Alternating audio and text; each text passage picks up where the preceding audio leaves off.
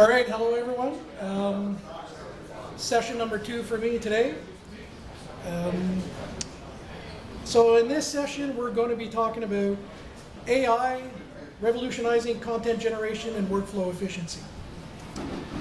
So about this session, evidently, even ourselves going in, we're used to writing scripts, sometimes pretty sophisticated scripts, and sometimes we're like, AI, meh, it's rogue. But the more we started to use it, the more we started playing around with some of its capabilities and integrating it into system, it became more and more interesting.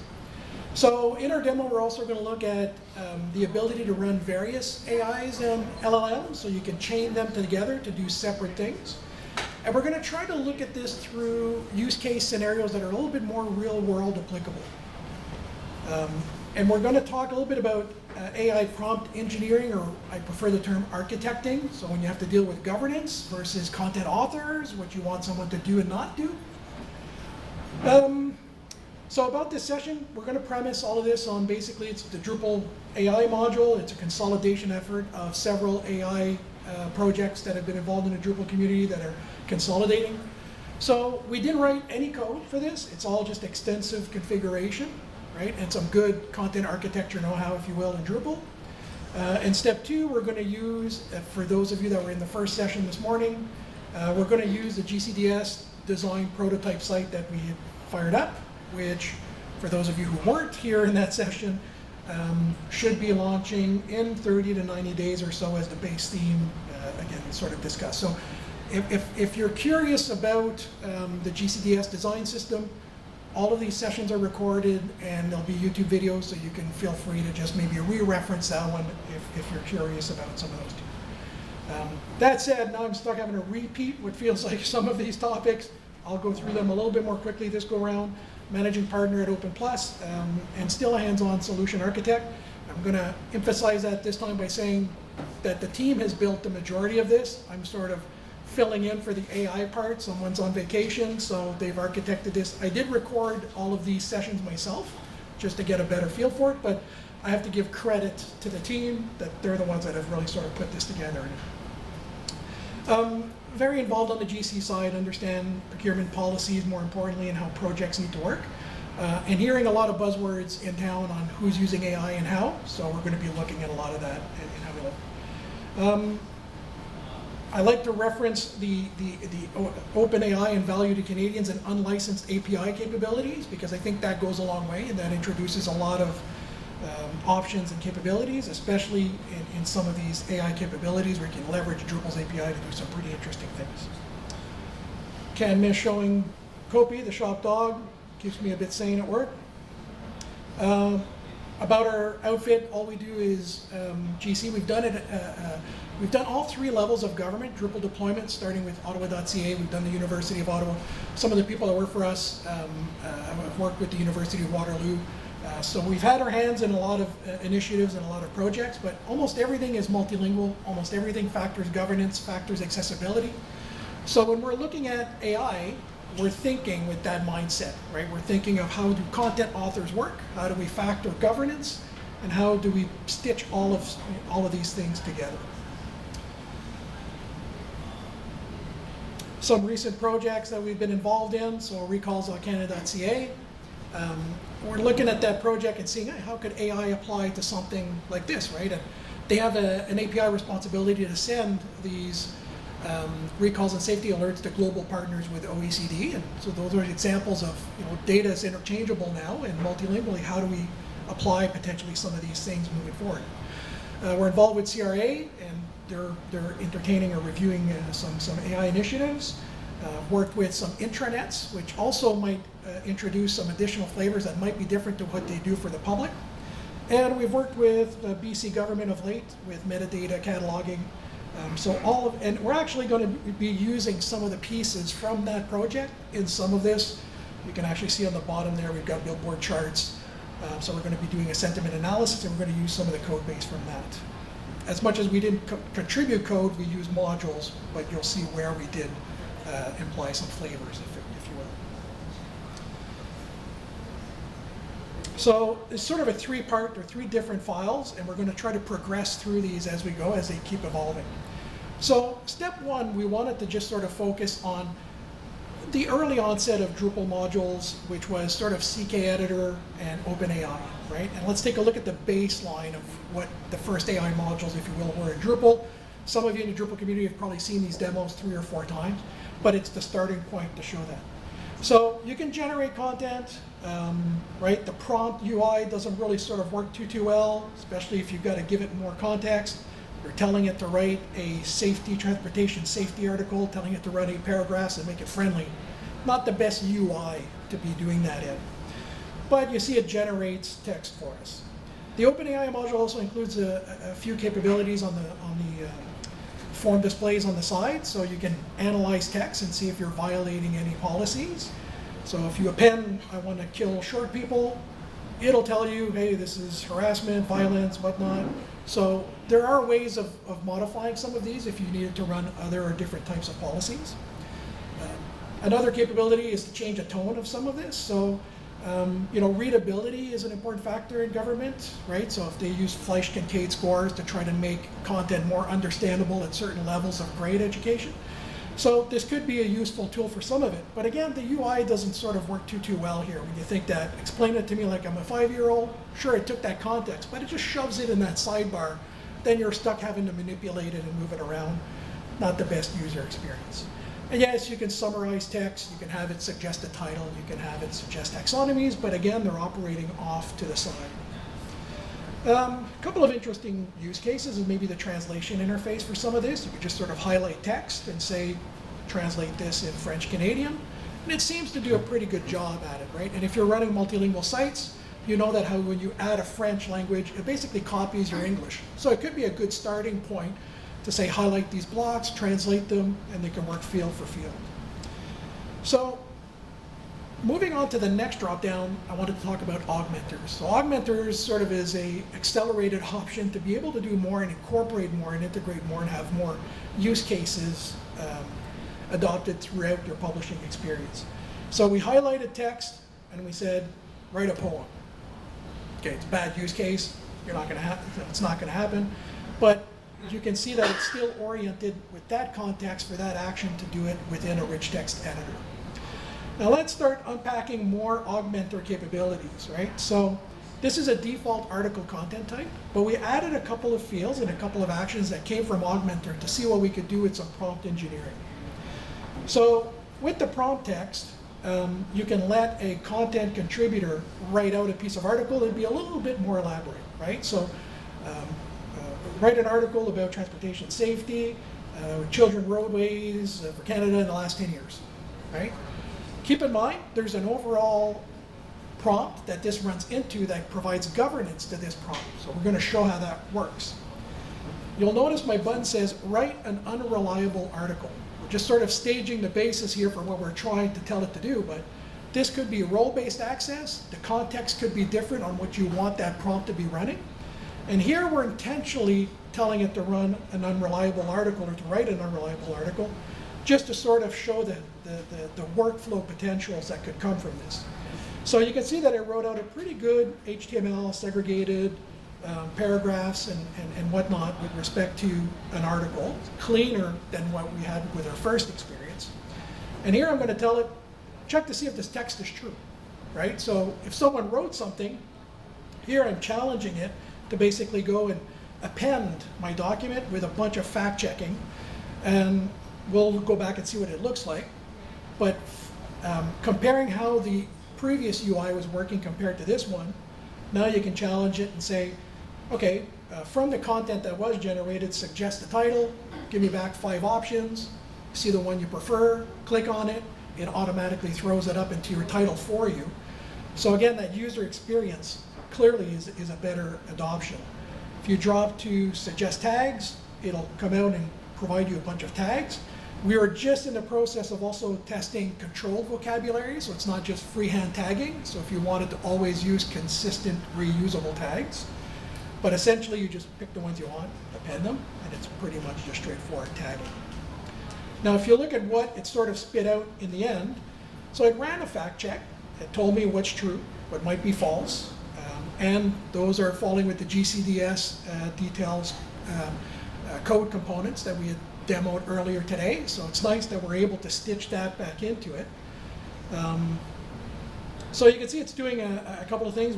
There's sources on the bottom, and then it's using in details. It's given me a title, and then it'll give me a summary below. And then of course the balance of this is GCDS components, but a good chance that some of you saw that demo earlier today.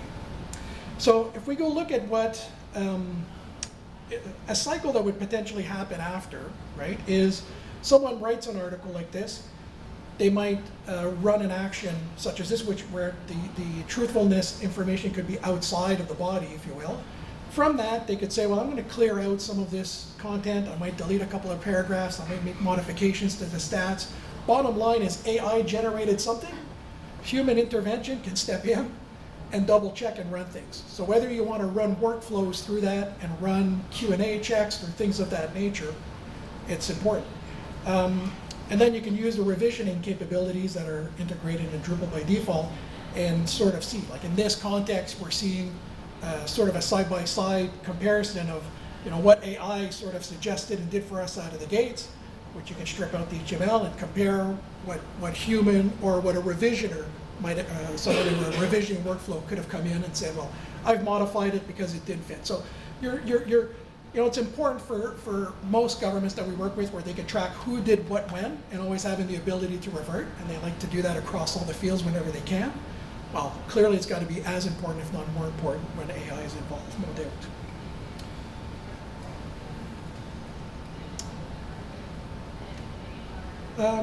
So I think taking a peek at how we've architected and how we've built this. So if we look at the augmenters, there's a list here of about half a dozen, and you've seen those sort of spread out, but they can be called differently, right? So one method is in your CK editor configurations. You can take any one of your text formatters. You can set your OpenAI, which one you want to run, ChatGPT 3.5. I really don't know what Turbo does, but it always sounds faster, but I always want to use ChatGPT 4 Turbo. But you can see in that screen that I was just on, where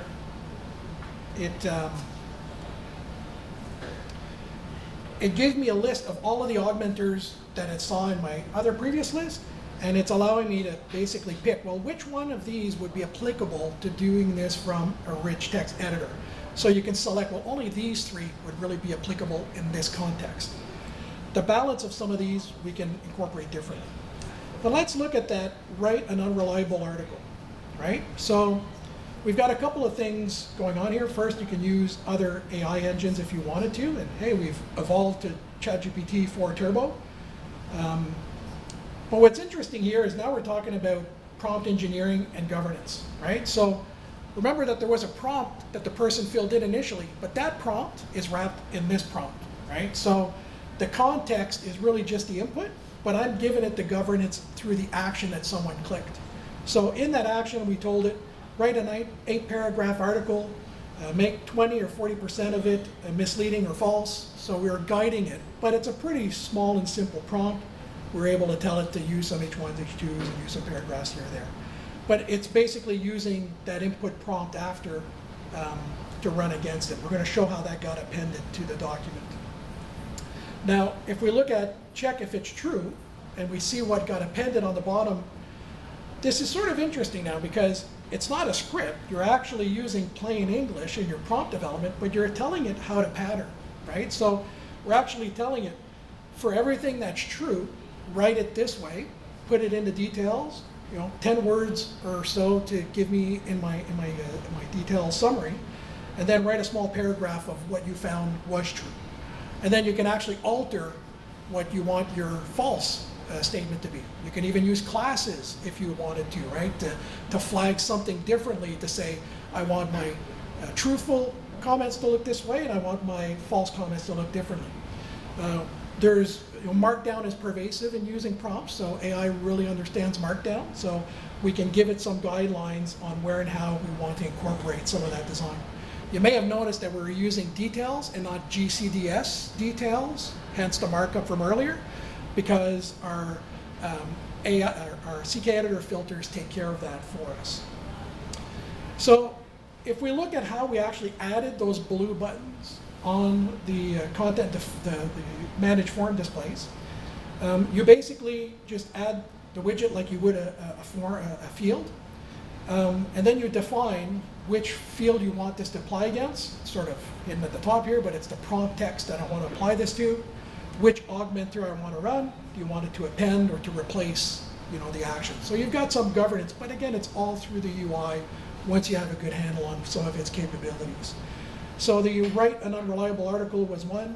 If we look at the suggest a title, you'll see that there's some capabilities that get introduced that are a little bit more complex, such as regex patterns. But regex is extremely powerful. So again, you have your administrative team build some of this up to help the content management team. Right? Okay, so let's evolve this into our next piece. So our next demo, we're still going to start from this article that we created, but we're going to start trying other AI things with it, right? So if we look at an article that was generated, we're going to try to do some sentiment analysis. So, if you're running a consultation or an engagement platform, commenting is a big part of Drupal. It's integrated in core, so you can turn on and off comments, you can apply it to content types, you can turn it off on certain dates, things of that nature. So what we did for the demo is we preloaded several articles, all done the way I demoed using AI. So we just gave it some context, which actually comes from a transport project that we're looking into. And then it generated all of those. And then we generated a bunch of comments. We just let basically develop, create to run and create a bunch of comments through this interface. So I think there's around 27 or so that were created in here. Notice the commenting engine is using the GCDS fielded capabilities as well as the buttons, so we're trying to be as compliant through the demo as we could. But if I add a comment here and I make it sound negative, spend money on healthcare, it's a waste of money, you save that, it already did a sentiment analysis and it's already available for me in the background. So if we look, there's a bunch of comments that were pre-generated through the traditional admin UI. But what we did is build a report called sentiment analysis, which maybe you want it to be public, maybe it's private, maybe it's for partners, but again, we decided to show it through the front end. So all we're doing here is listing all of the comments that were created, and we're automatically tagging them with, does the person agree, disagree, strongly disagree, are they neutral, is the content irrelevant? Right? Because that's a very tasking manual process for someone to try to gather feedback from citizens, but then have to run through that cycle. So we were trying to throw at some use cases to try to get it to trip up, and testing things even such as spam, even testing redactions in case people didn't need to be signed in.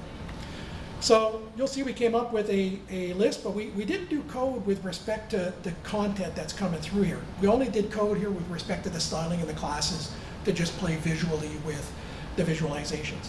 But you see I've got an irrelevant one here, and it would be typically, hey, you need a job, $700 a day, a typical spam. Some of them are worse than this, but most people would have users sign up before, and that way it's easier to track. You've got a validation of the user, but if you needed to run public consultations, you can actually trim it out. We were toying with a couple of things right before this session where you could auto redact hate, violence. So that part was working, but we didn't get it done in time for a demo. So yeah, that's an interesting. Now you notice we're reporting visualization on that core sentiment field. We have the ability to filter off any one of the articles that we created. Like this is just a Drupal view in the end, right? So you can add as many filters as you would have otherwise wanted. If you wanted to filter by a region, wanted to filter off whatever you want from stats. On that note, you could have just as easily run an administrative report, group it, do an Excel export, run it into a digest, do an RSS feed, whatever you would have wanted. The UI for Drupal views would have permitted you to do that. So let's look a little bit at how we built all of those things. So comments is still an entity in Drupal. So we added a sentiment field. And you can see we added all of the options that we wanted it to work with. And from that, every entity in Drupal has the AI interpolator as an option that you can just select. So once we select that, there's a bunch of rule options that exist in AI interpolator. So it's got like a pre-built set of around 80 or so, where it can do slightly different things if it knows a little bit more of the context in which it's running. So in this case, it knows it's working with a list string, right? So it knows it's going to have listed options at the top. So that helps it provide more meaningful and more suitable content after that. So we're basically telling it, well, whatever the context is, it's coming from the comment field. So whatever the person wrote in the comment field, you can see the prompt is relatively short. You're basically telling it to analyze it and try to categorize it using the options comma of the fielded options that's above that it's aware of, that just fit it into where you can. And if anything looks like spam, make it irrelevant. Like that's all we had to tell it to get it to trip up some of these comments.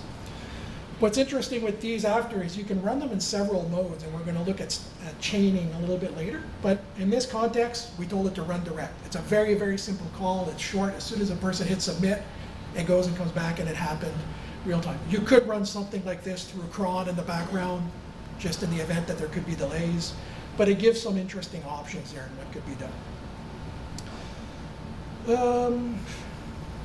Next piece. So clearly we added a field to the comments. You know, one of the processes is then on the manage display, well, you want to hide that field, right? So the UI basically just says, well, disable this field. I don't want to present it in the form display to the users. We just want them to see subject and comments. Now, circling back now, you saw there was 3 other graphs that we had on that screen. So the use case we were trying to play through is if someone registered and you asked them 4 or 5 other questions during their registration process and you wanted to stitch that into the sentiment analysis, well, we could do that. So just using typical tokens. You can see here all we're asking them is a postal code when they registered, and these are just profile fields sitting on the user's profile. We have a region field that the user doesn't see. All they've provided us is a postal code. But now I'm using the same thing we just demonstrated how we did the sentiment analysis. I'm using a fielded list process. I'm using the same rule base, and I'm telling it, well, use the postal code. And you know, here you're telling it, here are the 5 regions that we want to use. We mimic what StatsCan does as far as sort of known Canadian regions. We didn't want to do provinces, seemed too easy. So we basically just challenge it, say, take the postal code, and based on that, categorize them with one of these 5 criteria to try to, so you're sort of doing geo-encoding in a way, but without having to do the geo-encoding. So that's the data that we were pulling through. So if a person is authenticated and they did a comment, sure, you can do a sentiment analysis, but you can take that a bit further and then also do the visualization and factor the other fields and filter off the other fields, and it allows you to maybe build reports, right? So you can see that this can really impact time spent by civil servants to review and analyze this kind of stuff. Like, this is a pretty good use case to try to help out productivity. Okay, so I think I just backed up on that. We were done. All right, so let's go to our third demo, which is my favorite. So some of you might recognize some of it because we touched on it a little bit in the first session, but that shouldn't be specific to any of this. So we're essentially going to use an FAQ module, and we created a content type here called FAQs. And the notion here is that, you know, we've built this so that maybe AI is not involved, right? Like a content management person has to come in and fill this in and populate it, and it's a traditional common content authoring workflow. So we've got all of our fielded elements. It's using the FAQ field type module for this. There's no WYSIWYG involved. So we went out and just grabbed a random Government of Canada PDF that was laying around. So all we're doing is attaching that PDF, and we give it a title, and now we're going to save it. So what's neat here is this is what we meant by chaining, right? So we're going to run actually 6 different AI activities to run through this cycle. And some of them are going to use different tools, not all ChatGPT all the time. So you can see here it's actually telling you it's going to run 6. And usually the way AI Interpolator works is if there's a field that you've enabled it on that's empty, it'll try to run against it. And that'll be important for the balance of this. I'm assuming those weren't for me. But you'll see that as you clear out fields, you can get it to rerun only for certain tasks that you've given it. So what's pretty neat here is we just gave it that context and it extracted all the text. And there's a few ways it could have done that. You could have used Pandoc and have it all local in case you didn't want to throw out your file elsewhere. So we were using Convert API. There's a tab here on the top. But I think there's 11 AI and LLM capabilities that come with AI Interpolator. So it's an important distinction because you may not want to be stuck only using one option such as ChatGPT, right? There's other tools that have a better honing skills on certain activities. So in this case, we converted a PDF to a bunch of text. I could have just as easily pointed it to a YouTube video and achieved the exact same thing, etc., etc. So you see it generated frequently asked questions. And you probably know the balance of how the architecture looks like for this with respect to the fielded elements because we looked at it. But if we click the FAQ landing page, it generated a card for me and everything that's needed in order to do that, right? So on the home page, if you might recall from the first session, we listed a view below that, hey, just keep appending FAQs on the bottom of the home page, right? So as FAQs get published, they just randomly show up wherever you told it to show up. Makes sense.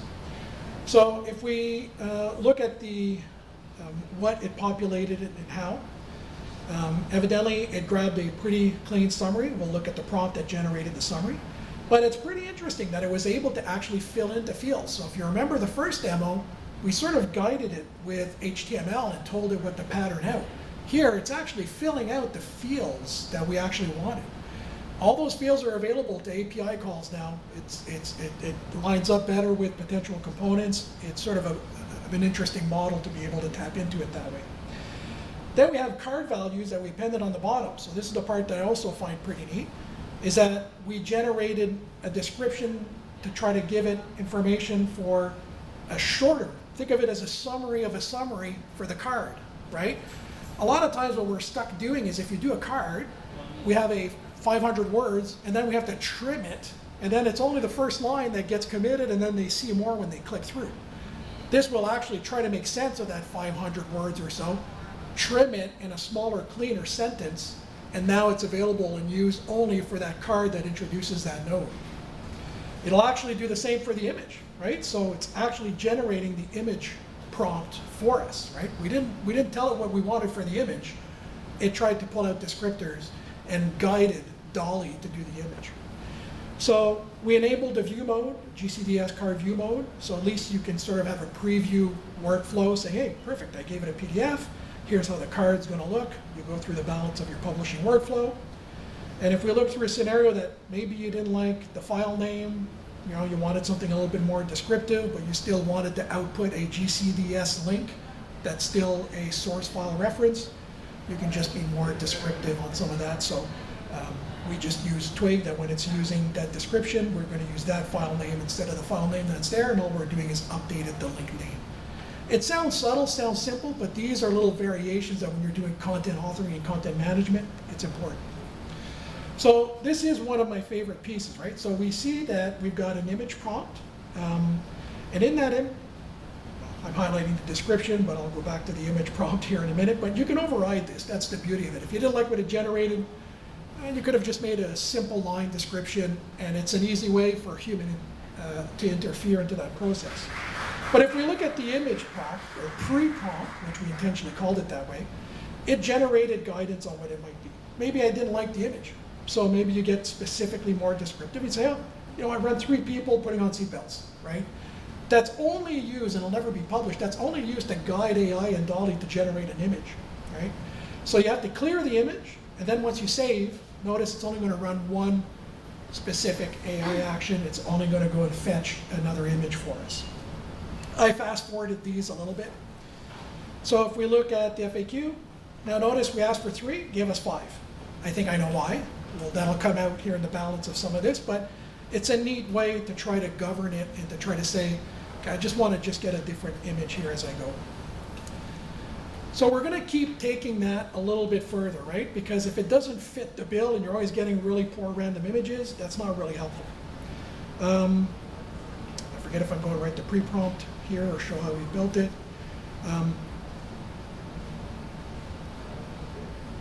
Right, so I'm going to clear the image, and let it kick the can again. So it's going to regenerate a image pre-prompt, and it's going to generate an image again. You see it's running 2 actions. So we're just letting it kick. We could have, but you'll see the pre-prompt and you'll understand probably why it did more people. But you see that that generated a completely sort of different image. I could have just as easily in a workflow told it, bring me back 3 options and let me pick one. You could have even had flavored options, right? So let's say you're cadets and you want to see people in uniforms, right? So we'll look at some of those examples in a bit, but the governance of the prompts goes a long way. So all we're doing here is taking 5 or 6 other FAQs that were generated the exact same way. We're just using VBO to bulk publish a bunch of these. You could have potentially done these as background operations through cron, but all of these you can see have a pretty consistent flavor of a look and feel on their images, and they were all generated just with PDFs. And the PDFs, we tried variations, right? So for really, really long PDFs, we weren't getting the best results.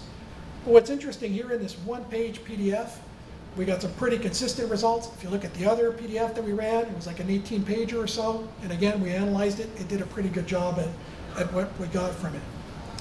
So if we go back to the image side of things now for a minute, like this is effectively a style, right? So we're going to look at how some of this was architected and look at some of our options. But it's important to always note that, again, you've got AI helping you, but you can always, you're in a content environment now, right? So you can just keep modifying this so that it suits the bill. So a little bit like my first demo, you might say, well, you know what, I don't want this FAQ, I'm going to modify this one, I'm going to add it, I'm going to change the title, change the description, right? You still own it, right? So that's a big piece of that, and you could potentially still track, here's how AI helped me, but QA proves that I've modified it and I've worked, and I've actually done something, and I still put eyeballs on it. So let's look at how this was sort of put together. So again, we're going to go content types, and we're going to look at the fields that are on here. And we're going to start with the source text field that's near the bottom. So the bottom 2 play off each other. So that source text field, if we modify it, again, we've just enabled AI interpolator, but the rule set for this, notice there's no prompt. The rule set, it knows it's trying to essentially extract from a file. There's really not much there for you to say. So it's essentially taking the reference that you're giving it, which I'm telling it, hey, the source file field that the person uploaded, take that, give me all the text I need, store it using a batch process. You saw I was running 6 things. I set the weight to 100 because I want this to be the first thing to run, because the others have dependencies. Even if they're not the same AI engine, you have to have an order for things, right? So clearly you've got to set the weight on some of these things. So then, second stage, right? Notice we didn't use ChatGPT for any of that. We just used Convert API through AI interpolator. So the next step for that is we're referencing the source text field that we extracted, and we're telling it, hey, write a 200 to 300 word summary for us. And that's potentially what we're going to present to the users. And again, I'm using it through the same batch process, but I set the weight to 200. So if we look at the actual FAQ field set, notice that the rule, it's FAQ field widget aware. So it knows that there is an input, it knows that there's a detail and a summary, it knows that there's 2 fields, and it knows it belongs together. So it can do a little bit more knowing the construct that's above it. So from that, you can tell it something as simple as, hey, write 5 questions, and all you have to do is make that field where you're allowing the user to add another, add another, add another. Because the prompt could have just as easily not guided to restrict to 5. You could have said, create 20, or hey, go crazy as much as you think you need, right? But again, it's nice that you can sort of govern it. And now we've set that one at 400. So if we keep evolving from that, I think images is next. So I'm not going to show the balance of how we did the image or the summary of the summary. I think you get the idea, right? So we generated image description that we told it, hey, make a real small summary, and I'll want an image of this. We're going to dive into the image. But for the card details, we just told it 10 words or less, summarize the summary. So let's look at the image pre-prompt. The actual image field, actually, that it generates for us. So if we look at that, it's a traditional image field in this context. And we enabled AI interpolator. So in this case, we're telling it to use DALL-E, OpenAI ChatGPT image generator. So we're telling it to reference the image pre-prompt that the user, now ironically, we generated for them, but we're allowing them to control it. Do you want to be descriptive? Is this good enough? Was it too much? We're letting them manage it. But can you imagine trying to get content managers to have to do prompts like this to try to get consistency out of images every time? Of course not. So you can see that it makes a lot of sense here to guide it this way. So we tell it, here, do two-dimensional illustrations, vector-based, use warm neutral palettes, use a white background. So you're actually giving it a flavor and a style, but you're just doing it in plain English, right? It's not that complicated once you start putting it through. We're also telling it how to deal with multiculturalism, what you want with ethnicity back. And more importantly, we're also telling it what we don't want to see, right? So, and we noticed it was generating a lot of stuff in the background. That safety belt example had a military context to it. But see, we're telling it, don't bring back images with text. Don't bring in numbers, symbols. Don't do weapons. Don't do military equipment, and try not to do maple leafs, because we saw it was going crazy every time it saw Canada and wants to do maple leafs everywhere. So you can see that running a prompt inside of something like this really helps the architecture, right? You start stitching all of it together. So if we clear out some of the style and say, hey, run a realistic people illustration. So all we've done is modify that one little opening line, and now we're going to rerun that image that it just ran and see roughly what we get as a flavor. So we could potentially run something like this through a VBO bulk operation, clear out your images, have it run against 6 through cron in the background. So we'll resave this with the exact same description that was there. Again, fast forward through a little bit of this. Maybe it takes a minute to get an image back. And now if we look at the image it generated, realistic 3D, I prefer the other one, but you can see that getting an image like that compared to the other ones, you've sort of broken your style guide, right, if you will. So it's important to have a bit of a control over some of these things, right? And again, using the Drupal diff and compare module, you can sort of compare before and after, even switch back to maybe how it was if you liked it a bit more, right? So you can see the similarity, just literally a style variant that I told it to apply. I actually did an additional one that I'm just reverting to in this demo, where I basically said, don't do illustrations, just do a realistic people, period. And it did a pretty amazing job, right? So those aren't real individuals, those aren't citizens. Like, that's sort of the beauty of using some of this, is you don't have to worry about permission of using someone's image. These aren't real individuals, right? But it did a pretty good job if you want to run a consistent look and feel. Let's say they're all cadets, let's say they're all students, let's say it's D&D. You might want a consistent flavor through some of this imagery.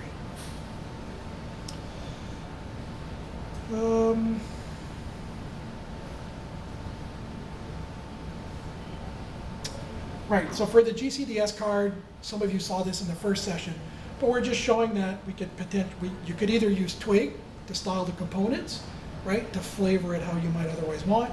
In this case, we're using SDC display just as an example on how you could tell your view mode to say, I want a GCDS card, I want to map my fields to the props, and here's how it could potentially look.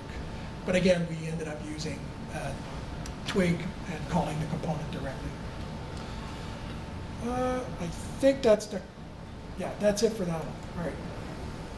So we sort of saw 3 different scenarios there, and we evolved a little bit as we went. We saw how we stitched some of this stuff together. So just to talk a little bit about some takeaways. So it's funny because AI is this neat thing, sure, but we saw the benefits of using this from an open content platform, right? You can really see the benefits that running this through an environment such as this, you're always usually manipulating some form of content. We could see the use cases here being rather friendly. And then you start roping that in with some publishing workflows, some bulk operations. We were going to do an ECA events condition action and leverage that module to automatically do some of the translation that it extracted. But translation was not yet available in ECA. It just came out in their 2 branch. That's fine. We'll inherit those benefits as it comes out. So we looked at how revisioning, comparing diff module allows sort of maybe the ability to track, right? You probably have to extend your workflow, do things as different users, and have a publishing workflow that might differentiate as opposed to me running all of this as the same person, of course. This one is really neat. I sort of like this one because you saw the headless demo a little bit earlier, and we talked a little bit about, I've got a slide at the tail end of this that talks about how you can leverage other platforms. So you don't even need to use Drupal as a front end. You could have an external application, make an API call, trigger these actions, and get a result back. So you can actually use Drupal as your AI hub for your other applications. So even if you would be running a headless Next.js app, where would you start? So maybe you got a good front end team, and maybe they did some front end tools, but you can see that even if they did a React form input, that will feed into Drupal, ironically, of course, through an API, but you'll get something back, right? So ironically, when you're doing headless operations, you're sort of leveraging the API, but you could actually do that with other platforms and other tools. So we've looked at the ability of the notion of running and supporting multiple chaining events, multiple tools, and sort of being agnostic to plugins, right? So this ideation that you might just have one AI platform and that's it. It's nice that you can have a variety and start chaining some of these events together to get the better result for the better use case that fits with that tool. And we believe this fits really well with a more ethical AI adoption. Evidently, Drupal being an open source community always falls nicely with the context of these conversations. There's already good topics taking place around ethical AI in the Drupal community. But just having the ability to have a pluggable environment, and there's documentation to write your own plugins. So let's say you want to run Pandoc, or you want to run other language models, and you want to be completely air-gapped. Like let's say this is for CSE, let's say it's for someone else where you say, this is not leaving this backyard. You can run some of these actions. So that introduces some interesting scenarios where you're not just stuck to a cloud provider and it's only about ChatGPT. You could potentially do more. And of course, we've demonstrated the ability to achieve compliance. And in this case, we used the GC design system and see how we could integrate with that. And we looked at the governance of some of these workflows, right? So how we're handling our fields and how we're handling multilingual. Canada is one of the few countries that has the bar set highest among some of the G8. We have to hit multilingual, or even Drees's demo about the Louvre Museum would fail our standards, right? We want human readable URLs around the TBS standards, and the language toggle is pretty specific. So between that and having legally also having to hit a WCAG 2.1 level AA, well, we've got to be mindful on your content architecture and your markup. If you don't have a control on all of those things, then great. If AI spits out something that's really unusable or needs as much human intervention to repair, then you're no further ahead of the curve. And then my next comment rant on,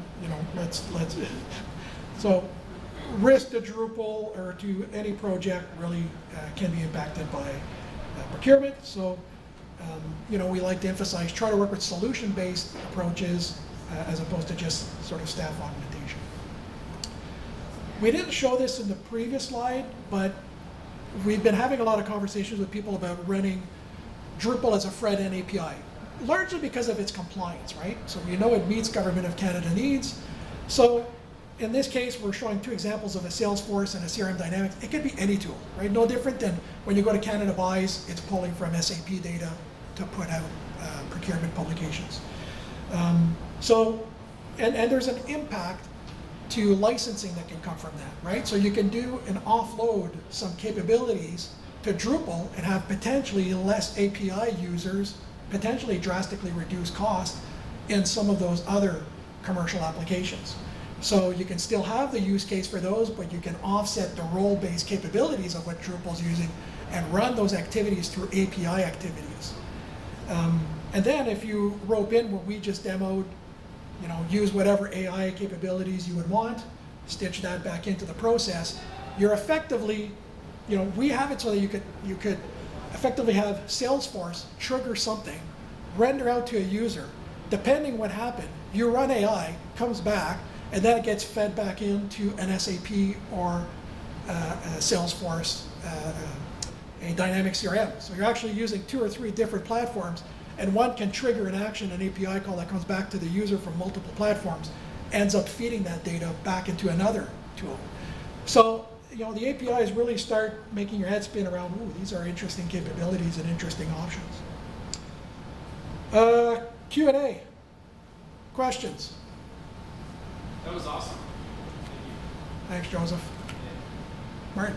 I really like the way you talked about, kind of the 3 probably most popular modules for AI. Curious if your team has looked at, there's a newer one called It's in the AI Namespace.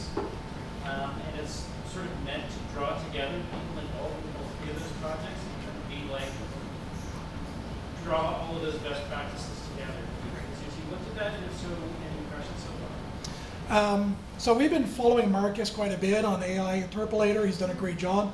We love that these guys unified. Like, they did an amazing job there, I have to say. So, they sort of saw that each other were running different lanes.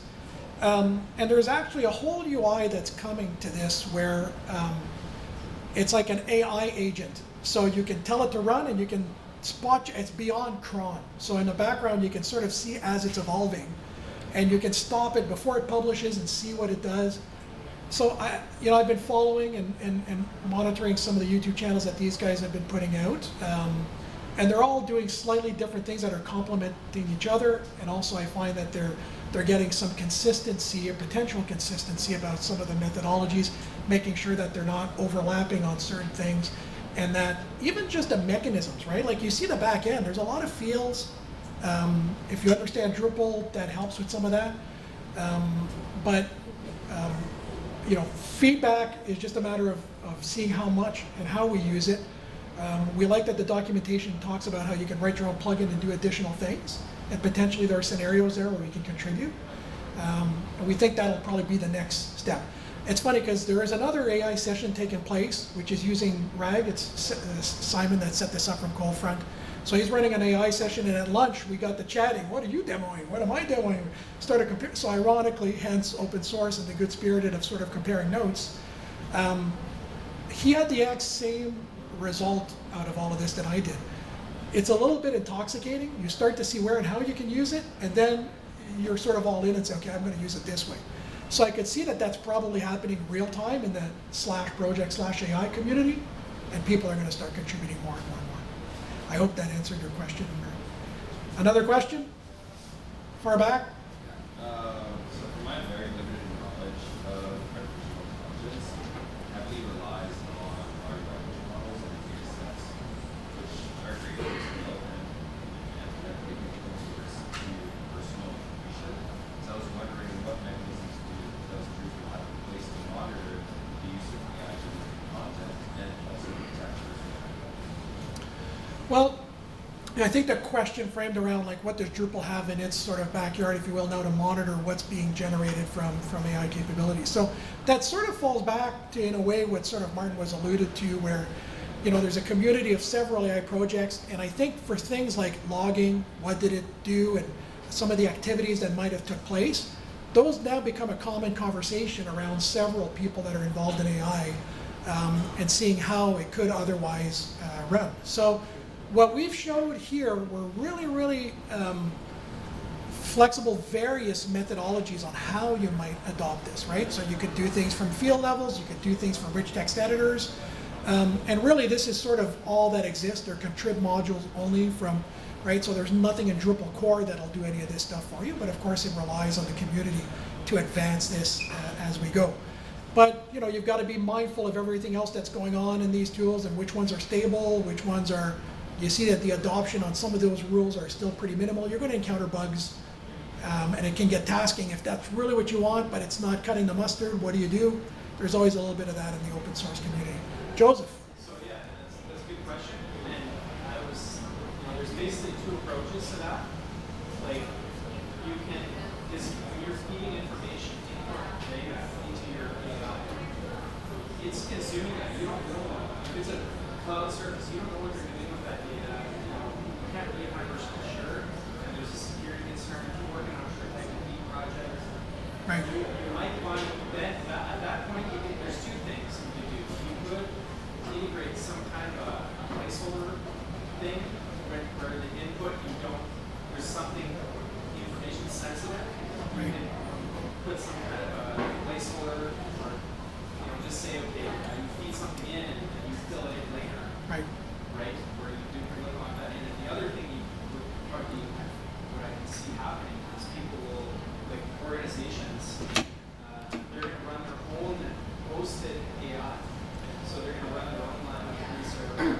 There are. They're going to control the back end. It's not going to have, you know, they're going to know where that stuff's going in and out. There are examples in the AI interpolator module where they're showing that you can run some of these things locally, right? So we're definitely being mindful that you don't want to always leave and send your documents out to somewhere. So, you know, whether you're RCMP or whoever it is, and you want to run things maybe at an intranet, you know, Pandoc is an interesting component. We, even just through running this demo to someone, they're looking at it saying, you know what, this is really interesting. We're going to try this on our own intranet, and we'd like to be able to do things local. So we're going to use maybe Pandoc to convert some of these things for us. Stephen. Does the government provide any guidance in terms of how we can use AI? I haven't seen too, so the question was, yeah, it was the last question. So, you know, government stance, if you will, on policy and AI, and that's a good question. You know, we were involved in the early adoption of cloud RFI, community engagement, industry feedback, and that was a really long process when it adopted cloud. AI is a similar process. TBS is involved in talking to industry, so we're starting to be involved at that process to be represented, if you will, as a Drupal open community, and to talk a little bit more about ethical AI.